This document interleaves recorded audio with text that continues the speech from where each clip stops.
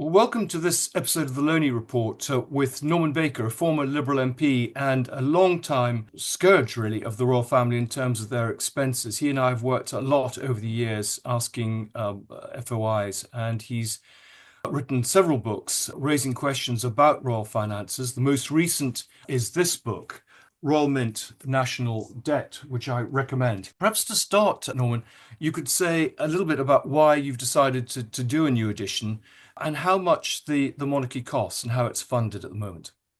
Well, partly that a new edition or a new volume on this matter because the issues remain unresolved.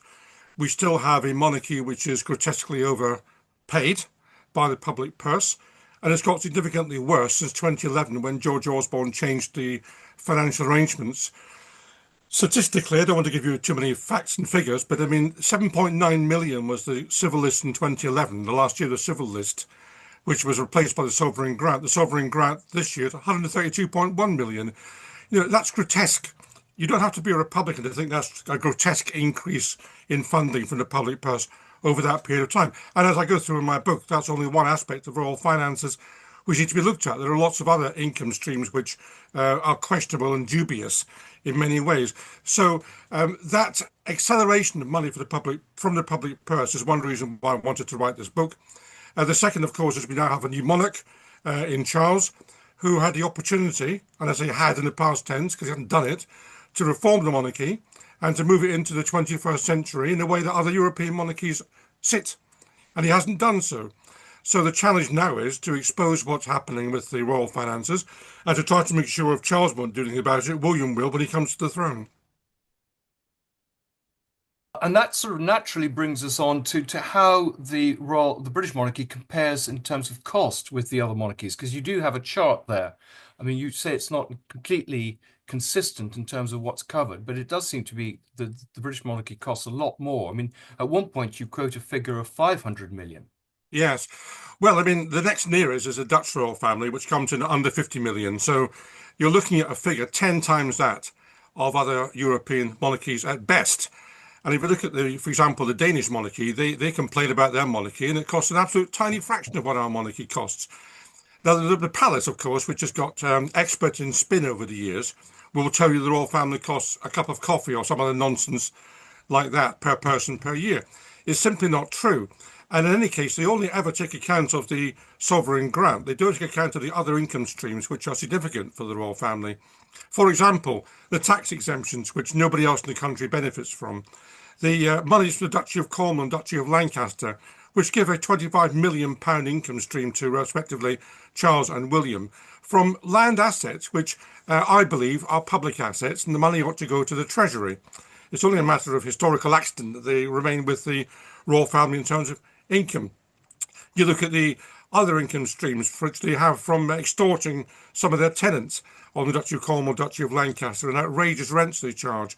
You look at the gifts which they are given, which ought to be given to this nation, probably are given to the nation really, but in fact are commandeered privately by members of the royal family who make their own decisions as to whether it's a personal gift or a private gift.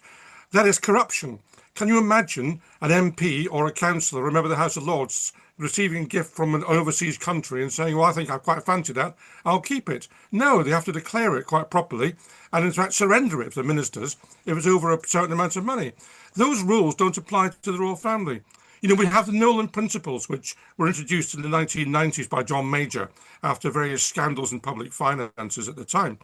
And they set standards for how the royal family, no, not for the royal family, how the public sector ought to operate. And I list those, in fact, on page, is it 78, I think it is. Honesty, being truthful, openness, acting a transparent way, objectivity, making decisions fairly and impartially, selfishness, acting in the public interest, not for personal gain, integrity, avoiding placing themselves under any obligation to people or organizations that try to inappropriately influence them, accountability, being accountable, which, as you know, Andrew, from your work, they are not because they block freedom of information requests and are largely exempt from that, and leadership, tending to treat others with respect and adhering to the principles of public life. On all those counts, really, they fail. The public sector adheres to those, whether it's the councils up and down the country, the Parliament, the House of Lords, whether it's the NHS or schools, they adhere to that structure of Nolan principles. The royal family, which is part of the public sector, because we pay for them and they carry out public duties, doesn't adhere to those principles. How are they able to get away with this? I mean, is there just still too much deference? I mean, we've now got a bit more parliamentary scrutiny, which of course wasn't allowed until recently under Erskine May.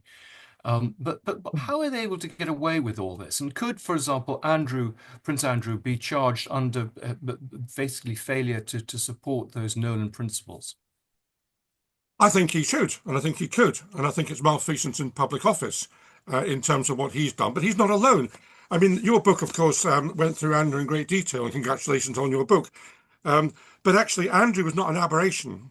Andrew is an exaggeration of what's there in the royal family as a whole, which is a sense of entitlement, a sense of arrogance, and a willingness to accumulate as much money as possible for no particular gain, just for the sake of it. All those traits are there in other members of the royal family as well, just with Andrew, who went far too far in how he carried those matters out. But yes, there is deference. There's deference going back, centuries actually. And there's been a feeling, particularly when Queen Elizabeth was on the throne, that it was bad form, if you like, not cricket, to criticise her and therefore the institution while she was there, because she was seen by the public at large, by and large, to have done a decent job. And she was an old lady, and it wasn't thought appropriate to criticise her. That has now gone to a degree, although the palace likes to keep it going. But yes, deference is still there. Let's remember that in 1952, when Elizabeth came to the throne, a quarter of the population, according to an opinion poll at the time, thought she'd be put there by God. That was a deference in ultimate sense, which the public at large had. When we had the coronation in 1952, we had a situation where the girls carrying the train had to be virgin daughters of members of the nobility. Nobody else was allowed to do that. The Queen was not allowed to meet people who were divorced, which good thing that went out the window, given what happened to her family subsequently. You had a situation where members of the armed forces who were present at the coronation were not allowed to have sex 48 hours before the ceremony. Though how they managed to police that, I'm not quite sure. So that deference was 1952. It still trailed down over the years, in the sense that, I mentioned in my previous book, and What Do You Do? An example where I was at an event in Burgess Hill when the Queen was actually asked to open a leisure centre.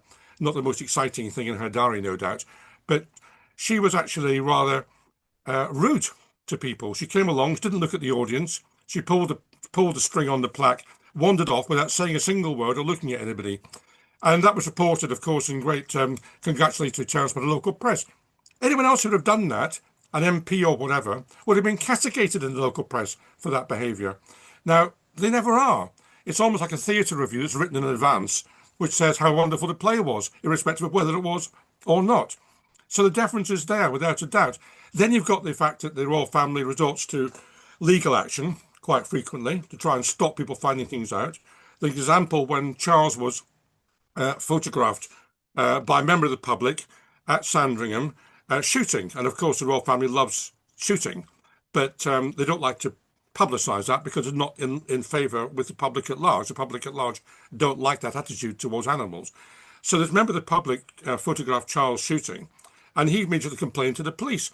And the police said, well, the man was in the public footpath. He was doing nothing wrong. It's a perfectly legitimate action. So the response from Charles and his lawyers was to go to the Mail, who now had the photograph, and threaten them with legal action if they printed it. Well, good for the Mail, because they didn't buckle the knee. They printed the photograph. How we know about it. But they will resort to lawyers quite a lot. And then it's a general point that MPs haven't been able, as you said, because of Erskine May and convention, to raise matters about the royal family in Parliament.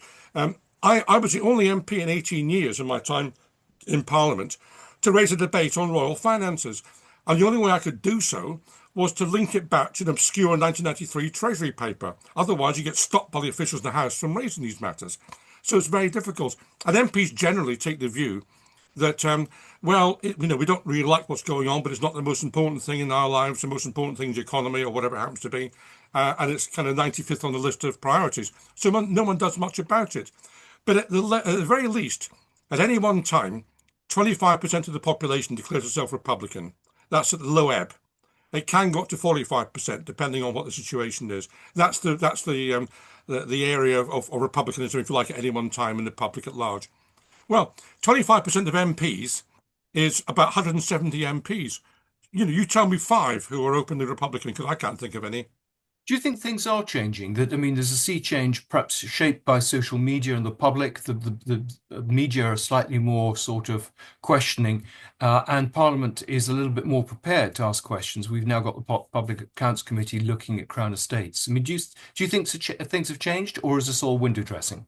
Well, I don't think it's window dressing, Andrew, but I don't think it's as radical as it needs to be. It's the door's opened, and actually, Prince Andrew, as he was, Mr. Mountbatten Windsor, has helped open the door. He's been probably the best advert for republicanism in this country for quite some time, and I think he's shown that, which we all know logically and objectively, that members of the royal family are like any other people. They have their faults, they have their benefits, and that's just how people are.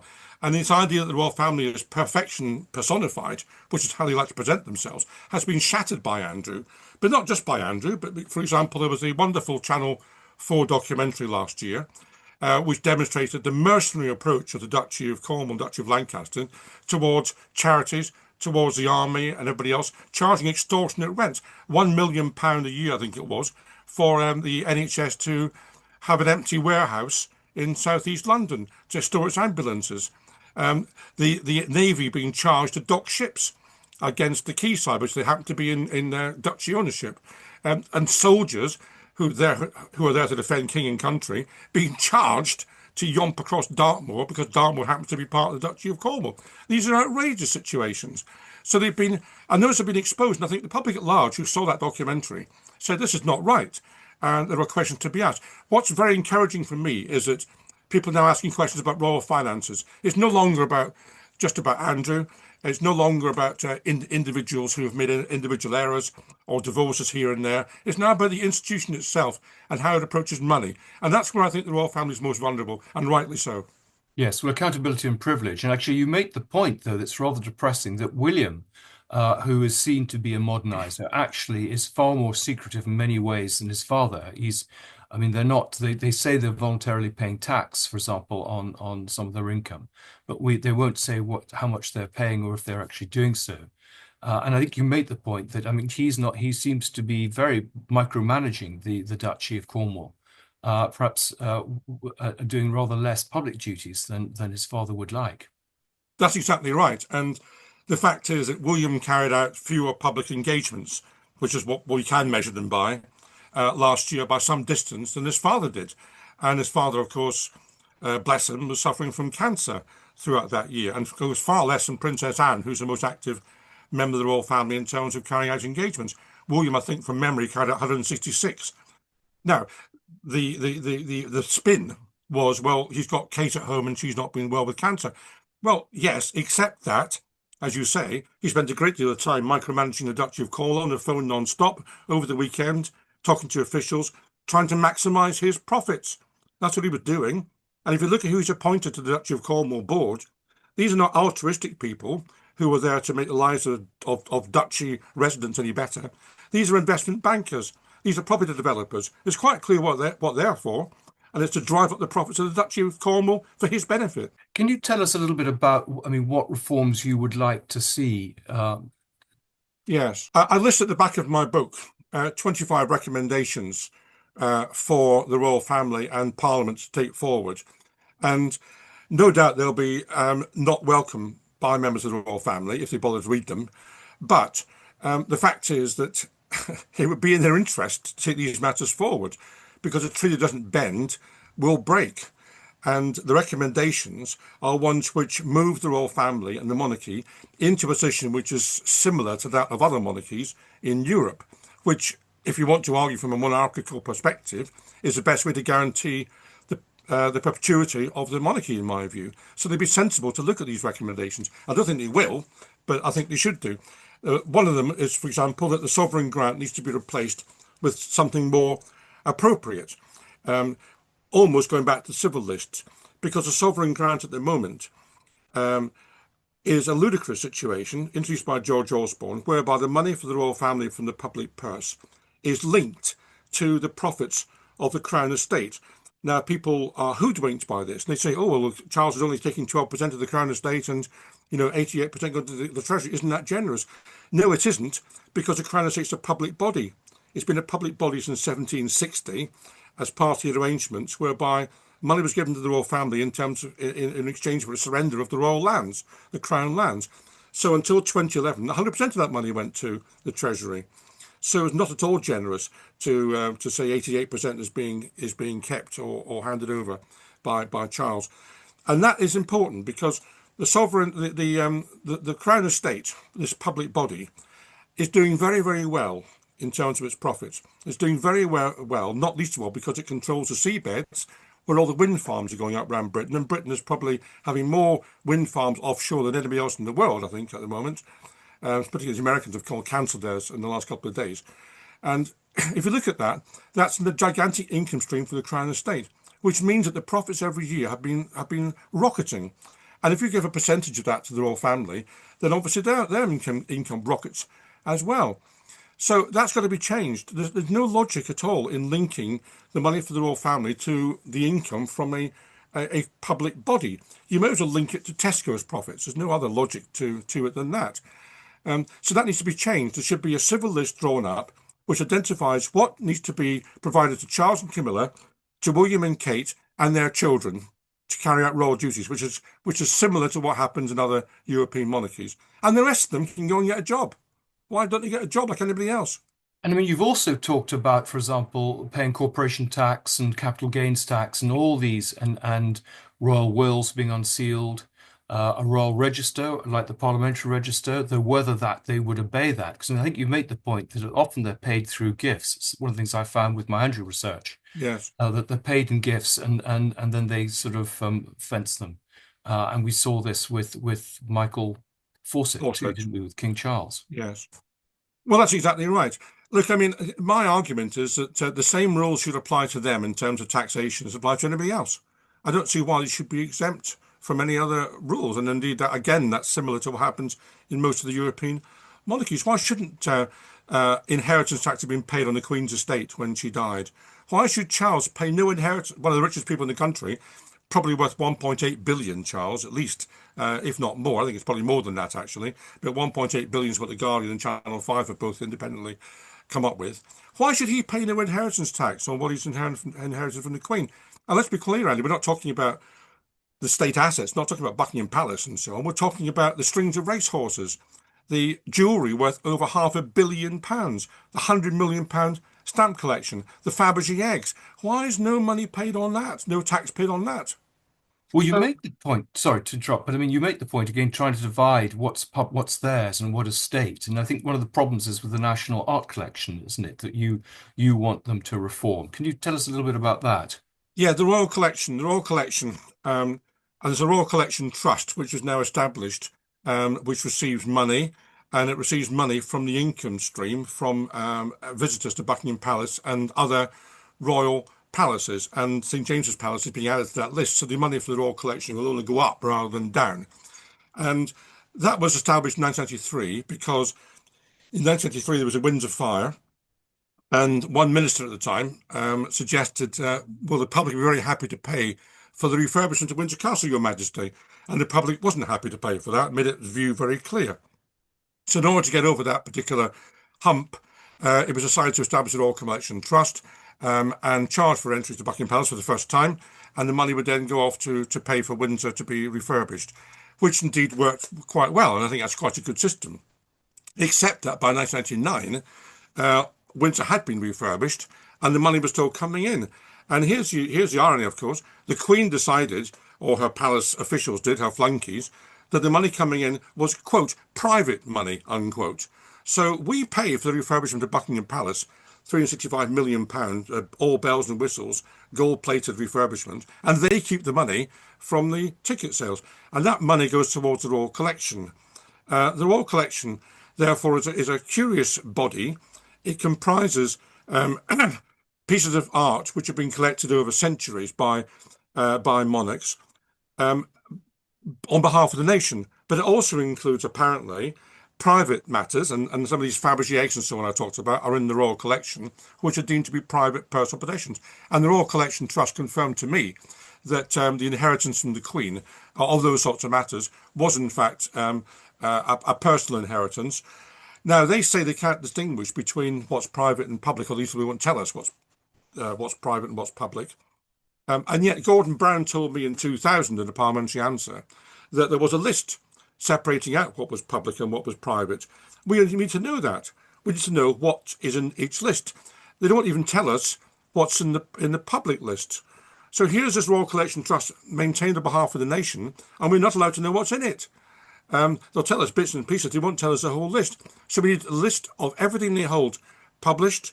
We need to separate it out between private and public. And then the ones which are deemed to be private, we need to go back and find out whether or not they were misapplied and they actually are public. Because before 1995, there was no requirement for any gifts to be logged in the way they are now. And therefore, it's perfectly possible, in fact, it's inevitable, that gifts were given before 1995 to the nation, which were then snaffled up and deemed to be private by members of the royal family. And they've inherited a vast fortune, as I say, over £500 million in jewellery.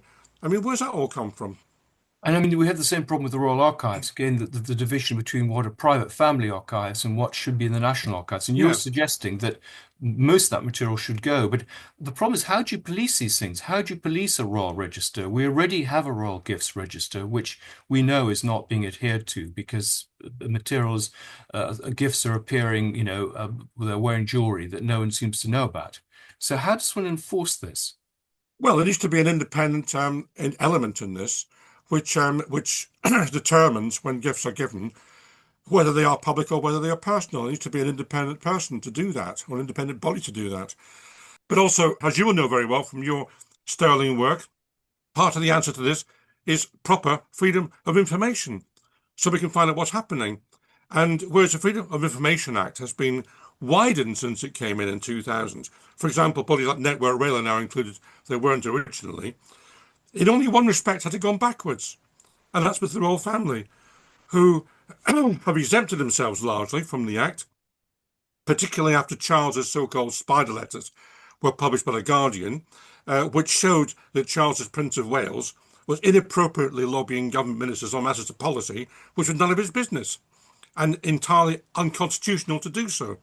So when that was all revealed, Charles didn't say, so mea culpa, sorry, I shouldn't have done that, I won't do it again. No, his response was to say to the government, can we smuggle this all up so people don't find out in future?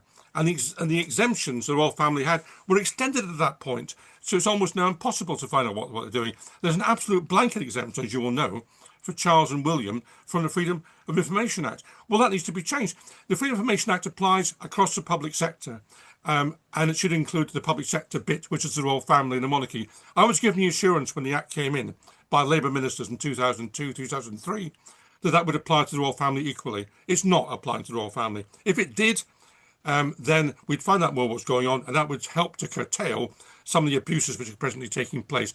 I was one of the MPs who exposed MPs' expenses. And the reason MPs were so cavalier with their expenses and what they were claiming for was because they thought nobody would ever find out. And that's the same mentality now with the royal family. They think no one will find out. Well, I mean, even the other members of the royal family, even with a public interest test, my experience is that we're not allowed to see the material. I mean, we've been told that Prince Andrew's papers will not be released until 2065. And even his time as a trade envoy, which was a sort of taxpayer-funded Yes. civil servant job, I mean, those are closed. I mean, you also talk about the king and prince's consent, which I didn't know about. Can you talk about that? Because I think this ties into the spidery letters too. Yes, I will come on to that, but let me just say on Andrew and freedom of information.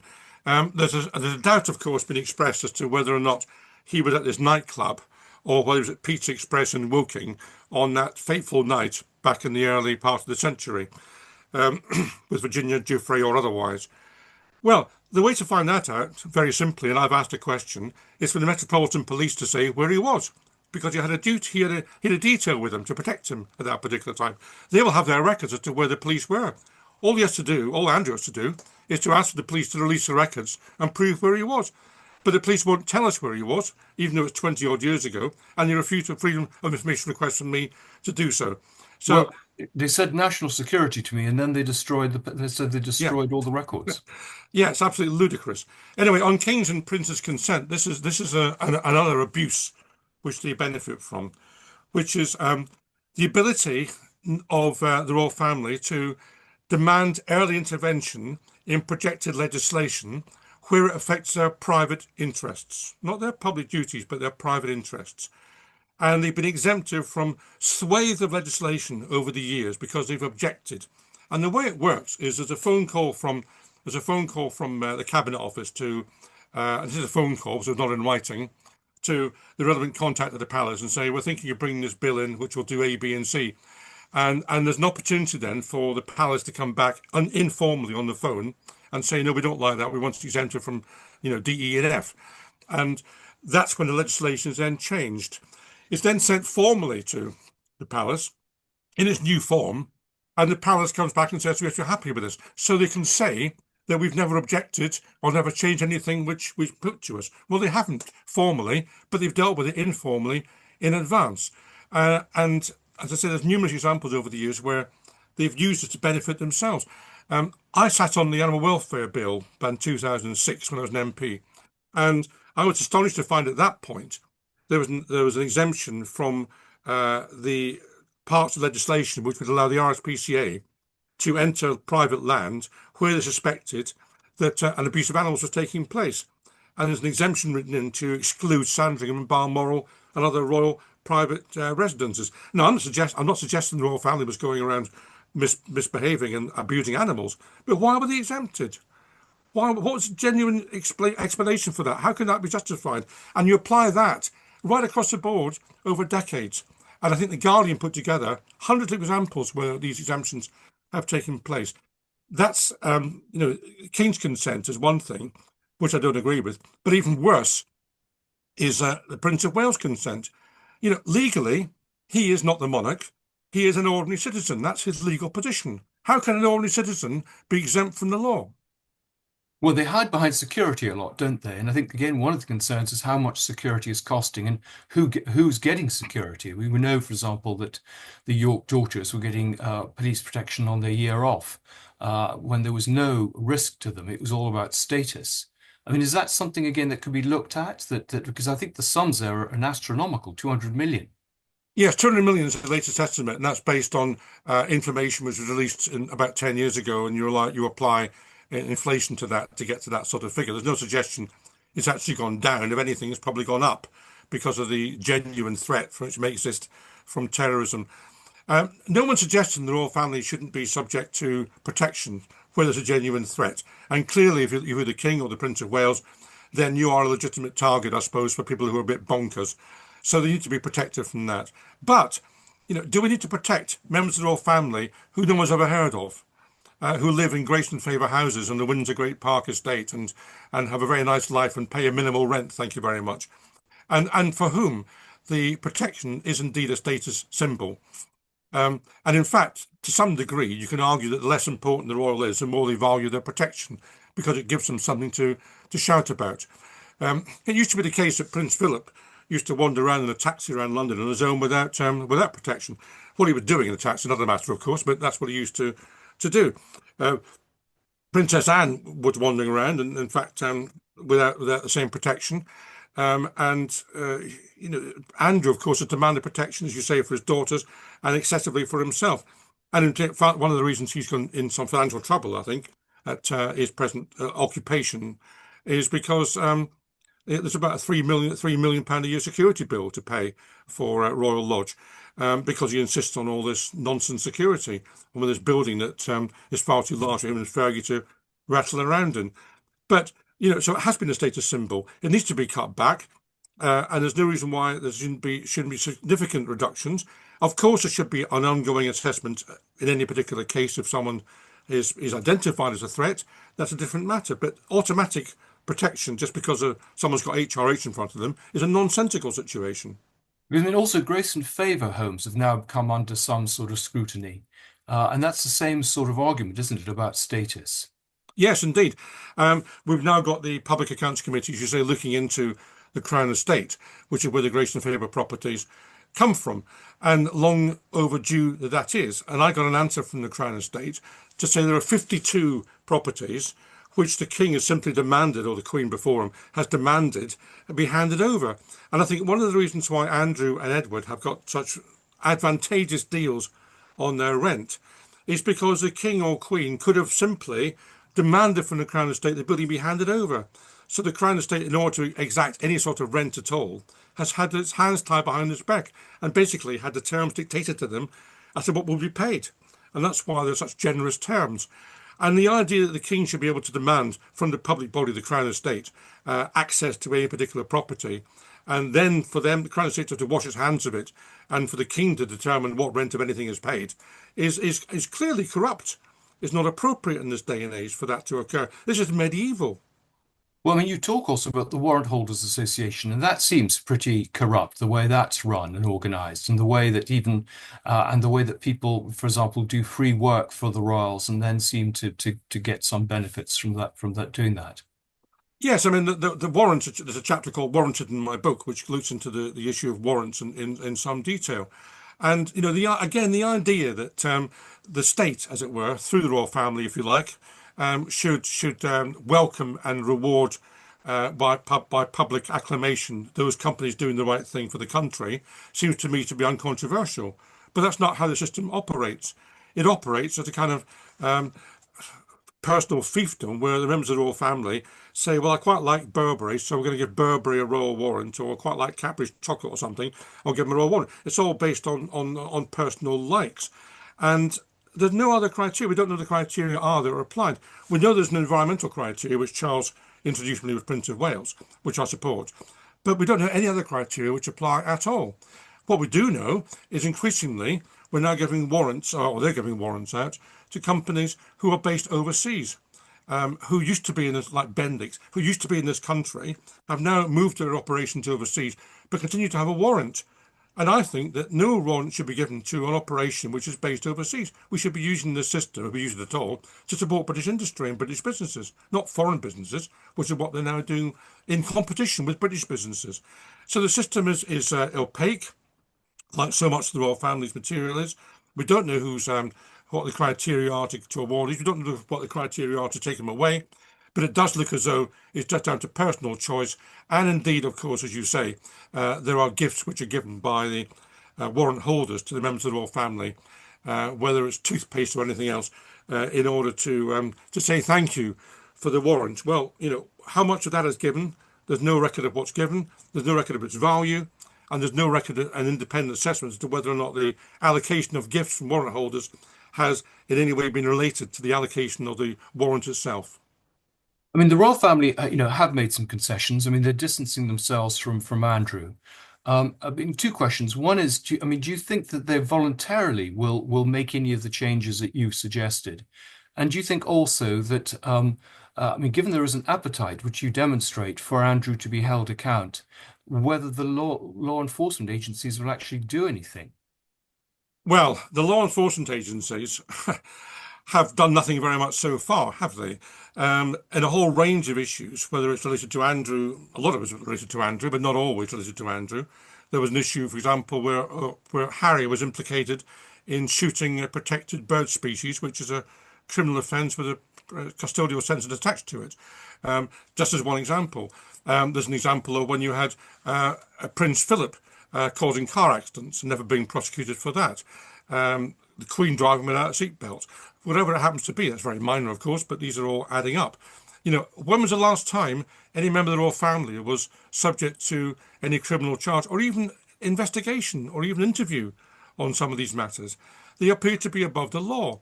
And that's the way, in fact, it's been treated by the Metropolitan Police and others. And there's a chapter again in my book which goes into all those examples, which, when you put them all together, look pretty shocking in terms of how the law enforcement agencies have approached the royal family. And of course, the royal family assumes, I think, that it will not be prosecuted, that it has got some sort of carte blanche. And that has only fed the arrogance and sense of entitlement, which I think they have.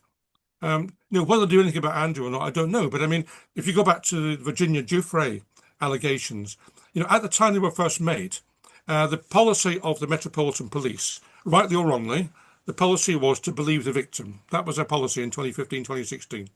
Well, they didn't believe her, did they? She's a one example where they didn't believe her. Nothing happened at that particular time. So they were breaking their own guidelines at that particular time. So I don't think anything will come of that, I'm afraid. Will they change their policies, the royal family? I don't think they will. I think they'll carry on, and they'll only change when the public demand change very vociferously, as it did in 1993, when the Queen started paying tax voluntarily.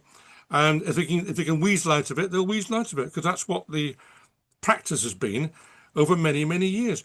The trouble is, Andrew, they have an imperial monarchy mindset. This is how it is. It's going back centuries. They haven't modernized their mindset. They still regard themselves as above everybody else, as we are subjects to them, whereas other monarchies regard themselves as part of the democratic framework and fabric of the country in a way that our royal family doesn't. When Charles was coronated, where was the commitment to democracy? Where was the commitment to Parliament? Where was the commitment to human rights or anything else for that matter? The only commitment he made was to God, as part of the coronation. If you look at what happens with the other monarchies in Europe, they don't. First of all, they don't have a coronation. No other monarchy has a coronation. Let's be quite clear about that. Unless you're in Tonga, I think that's a coronation. Um, we don't need a coronation because, is anyone suggesting Charles wasn't king the minute the Queen died? No, of course he was. So what did the coronation months later actually do, apart from be a PR exercise for the royal family? But if you're going to have a coronation or some sort of episode, then you do what other European monarchies do, which is that you have the king giving an oath to Parliament, before the Parliament, saying, I will uphold the Constitution, I will uphold democracy. It's totally the opposite in this country. So I don't see any change to that imperial mindset. And as I say with Andrew, Andrew was, of course, has been an abomination, and has been, but he's an exaggeration of what's already there. He's not an aberration. So when the royal family tries to isolate Andrew and say, oh, he's terrible, what they're trying to do is push him away from them in order to protect themselves. That's what the strategy is. Yeah, absolutely. Well, I mean, I think one of the shocking things in the book was actually how they are sort of quite craven in the way that they try and elicit gifts, freebie holidays and things from others. And I mean, this is Queen Camilla and Prince William. I mean, can you say a little bit about that? Because, you have lots and lots of examples of placing themselves under obligation to some pretty dodgy people. Yes, I mean, you went through in your book, as I've done in mine, some of the contracts Andrew had, convicted gun runners and the rest. The people should never be touched with a barge pole. And then you look at Charles, of course, who was very happy to receive buckets of money for his good causes. I mean, I don't think Charles ever took it personally, as Andrew did, but Charles was happy to take money from his good causes from anybody who would give him money. If it meant sitting next to somebody who was a bit dubious at dinner and have a photograph taken, well, he would do that. If it meant receiving millions of euros in Fortnum and Mason bags, like some sort of mafia boss, then he would do that as well. There's been no judgment exercise in terms of what's appropriate. There's simply been a desire for money to come in, either for personal benefit in Andrew's case or for good causes in Charles's case, and everything else has gone out the window. And Charles has been warned about this by numerous people. The whole business of the gifts in 2002, I think it was Michael Fawcett got involved in, which you referred to earlier on, should have been a warning sign, but it wasn't taken. And again, it's a feeling that whatever they do, they'll get away with it. And that's the driving force which exists. But they have accepted gifts from all sorts of people. And if they haven't got gifts, they've demanded them. Queen Mary, George V's wife, used to go around to people's houses and say, "Oh, that's a nice piece. I've got one just like that in the palace. Wouldn't it be nice if they could be married up?" And basically walk away with something valuable from someone's house and never return it. Or they might borrow it and never return it. And she was known for this, to the extent that people would now, when she was coming around, hide all her decent stuff, put all the rubbish out on the shelves so that she couldn't have anything. I mean, but that was her. But the mindset is no different now. And I give an example of it. Princess Michael of Kent, it was going into a shop, seeing something in a shop window, going in and basically saying, "I like that thing in your window. I'm Princess Michael of Kent. Can I have it, please, free of charge?" And the shop owner, to their disgrace, gave it to her. I was told to get lost, but they didn't. Well, that's what I find so extraordinary about Andrew and Sarah Ferguson, that people were giving them upgrades and free travel and things. stays in hotels. I mean, what were they expecting in return? I mean, why would they do this? I mean, they wouldn't do it to anyone else.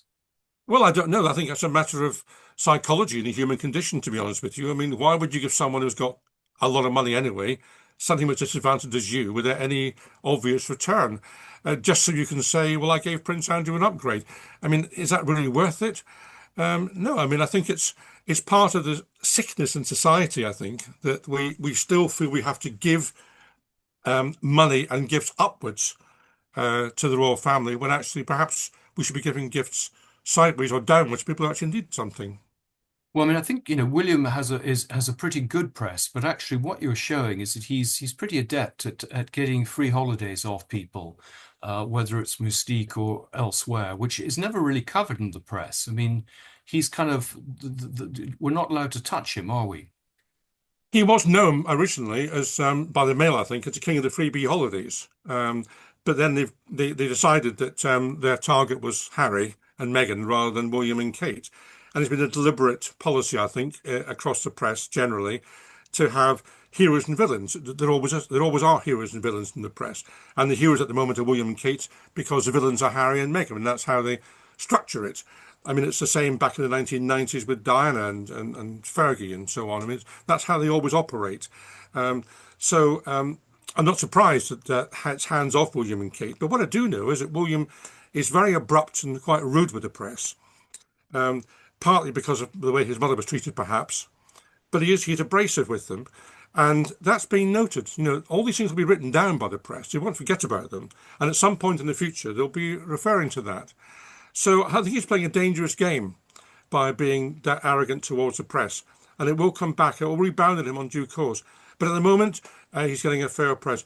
I should say, Andrew, that one paper I wrote for, and I do write for a number of the nationals every now and then, um, uh, which was a right-leaning paper, said to me, I was writing an article about the royal family, and said, we know where you come from on the spectrum.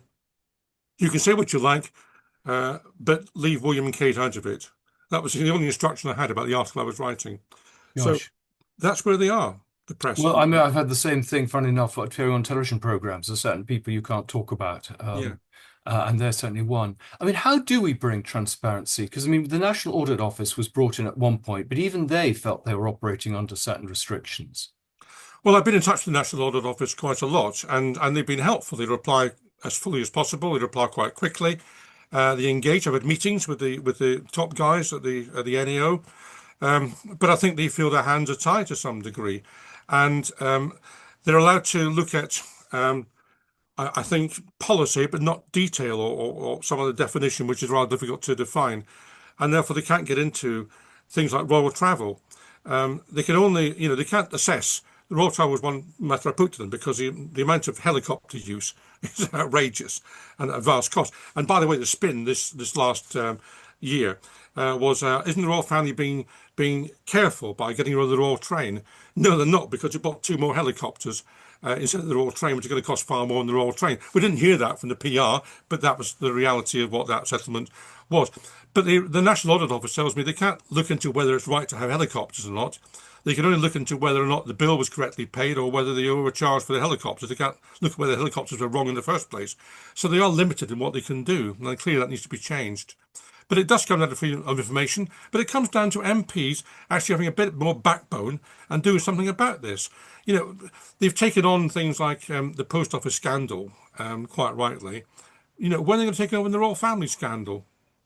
Well, I think one of the interesting things of the book is at the end, you have a series of polls showing actually there's got a lot of public support for example, investigations into Andrew, into I mean a whole series of questions. I mean, not just support for the monarchy, but I think that most people are sort of in the middle. They sort of understand the need for the monarchy, but they want it to be properly transparent and accountable. And that's, as you say, clearly not the case. And so they want reform. And you would think the royals themselves would want reform in order to survive, to avoid the Republicans. So, I mean, do they really realize that? Or is it still the old policy of too little, too late, hope we can get away with it? I think it's that. And I think whenever a crack appears in the wall, the answer is not to replace the wall, it's to paint over it. That's what they always do. The polls are dangerous for them. The polls show the public at large is not happy with the way matters are being carried out at the present time. For example, they didn't like the fact that the coronation was being expensive and being paid for from the public purse. They don't like the fact that this memorial bridge going up in St James's Park is being paid for by the public and not by the royal family themselves. When you ask the questions, you get kind of, I think, quite sensible answers from the public, which are out of line with what the royal family itself is doing and out of line even with what Parliament is doing, because Parliament won't challenge the royal family properly on these matters. And I think MPs are behind the curve. They often are on these matters, in my experience in Parliament. They're behind the curve and where the public are. I mean, surely there's pressure from constituents. I think wasn't that one of the things that changed the vote in Parliament about the Public Accounts Committee and things that actually there was almost like a three-line whip, and then actually the constituents complained, and MPs felt that they had to do something, and that seems to be where the pressure's coming, and the press have recognised that. Yes, I think that's true. As I say, Andrew Mountbatten Windsor has opened a door in a helpful way, unintentionally, of course, to greater scrutiny. And the fact we've now got an investigation into the Crown Estate's properties is welcome. But of course, that's a microcosm. That's a pimple on the body, rather than the body itself. And they need to look at the whole thing. The sovereign grant is being reviewed next year. Has to be reviewed next year. And the Public Accounts Committee really ought to take the opportunity to look into royal finances right across the board. I've sent them a copy of my book. Whether they do anything about it or not, I don't know. But they really need to look at things in the round, and they need to be ahead of the game rather than chasing the tail all the way, which they are. Yeah. They need to stop defending the indefensible and actually face up to the use of public money and what their constituents actually want. I mentioned correlations. The correlation cost at least £72 million as a PR job for the royal family. Republic, the campaign group, put it, I think, at about £300 million once you take into account other external costs, the local councils and so on. Either way, the last monarchy in Europe to have a coronation apart from Britain was Norway in 1906. No, they don't have coronations anymore. Spain's last coronation was 1474. I mean, what is this all about? I mean, if people feel strongly and want change, is the best thing for them to write to their MPs, to put pressure on MPs to do something? Because it seems to be it has to come from Parliament. I mean, the media can only go so far.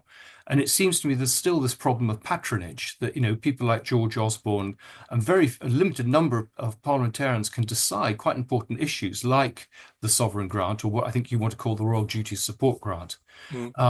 And I mean, is that, could there be more reform in Parliament and more pressure put on Parliament? Well, I hope the fact that we've now got a slight loosening of Erskine May will help because, again, driven by Andrew Mountbatten Windsor to a large degree.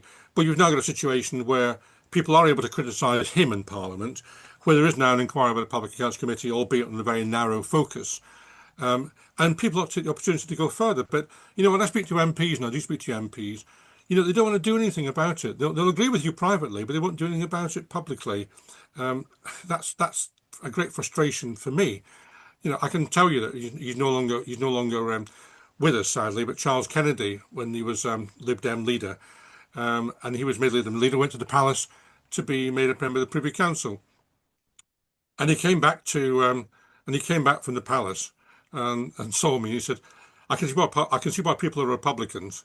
That was his response, having seen the inside of what was going on. Gosh. Because you'd think it was a big issue for the Liberals. I mean, both freedom of information and Yes. constitutional reform. And, they have a number of seats in Parliament. I mean, this seems to me a vote winner.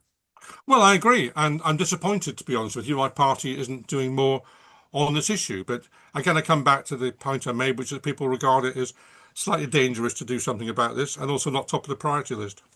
And I mean, we've got some moments where things could change. I mean, say the review of the sovereign grant next year, and possibly the a changeover in reign.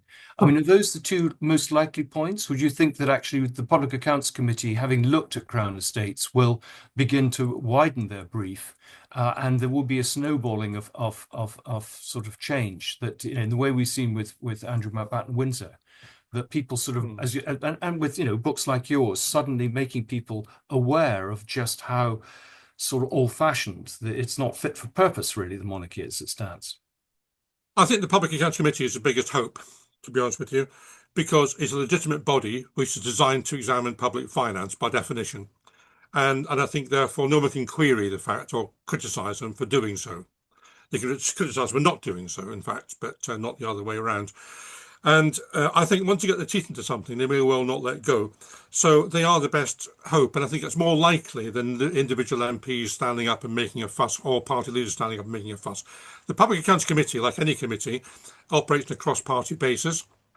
They're a great institution, the cross-party committees. They do actually work quite well on a cross-party basis, which is a good feature of our democracy, actually. And those committees can come out with recommendations, which then the government feels, well, we've got to do something about this because the committee says so. And they give the government of the day cover to do something. So I think that is the most useful way for progress to be made. But in conjunction with the media, we've seen the Guardian doing material, Channel 4. We've also seen, to be honest with you, and I found this to my surprise when I was doing my royal books, the paper which was most revealing about the royal finances was the Daily Mail. The Daily Mail's got proper journalists and they go around investigating matters, which papers ought to do. And they've been quite good over the years. And there's a certain kind of abstemious about nature of the Royal Daily Mail, which doesn't like public money being wasted, which I, entirely concur with. So I think there are elements of the press that do things, but not enough of them. I mean, I think BBC's hopeless. yes, yes. Well, I mean, certainly Times Channel 4, I mean, have been at the forefront of this with the Mail. Yes. But I think what's interesting is you have senior Conservative politicians like Robert Jenrick who are clearly speaking out as well. And it seems to me, that it is, as you say, a very much a cross-party issue. It's no longer something just for Republicans. But it's odd because isn't Keir Starmer someone who's come from the left and is keen to play to the left of his party? Again, you would think, I mean, they're banning hunting and all sorts of things, that they should actually be looking at the monarchy. That's I would have thought, an issue of wider interest. Well, the trail hunting, which is red meat for the backbenchers, and it doesn't cost very much, and it satisfies people and keeps them quiet. But there's an old adage in government and in politics, which is that if you want to cut defence spending, you get the Conservative government to do it. If you want to cut the NHS, you get Labour government to do it, because they've got this image, each of them, that they're safe on defence or health, and therefore can get away with making cuts, whereas you expect the other side to make those cuts. So counterintuitively, you might get more out of the Conservatives than you would out of Labour in terms of monarchical regeneration. Yeah, well, I mean, this has been absolutely fascinating. I mean, to have your insights as a former parliamentarian as well as a campaigner for more openness has been terrific. No, thank you so much. I mean, always really lovely to talk to you. Well, thank James, you, Andrew, and I'm sure we'll continue to cooperate behind the scenes.